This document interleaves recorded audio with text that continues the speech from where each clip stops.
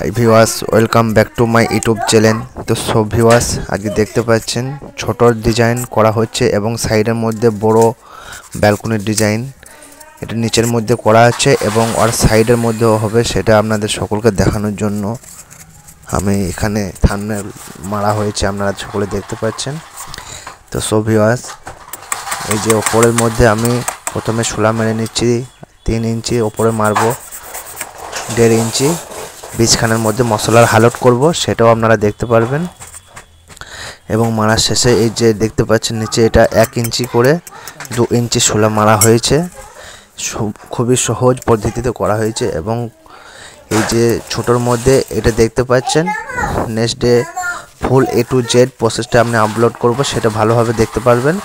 আর সাইডের মধ্যে লং খাটাল রয়েছে, সেটাও খুবই অসাধারণ। তো ভালো লাগলে প্লিজ লাইক কমেন্ট শেয়ার করবেন।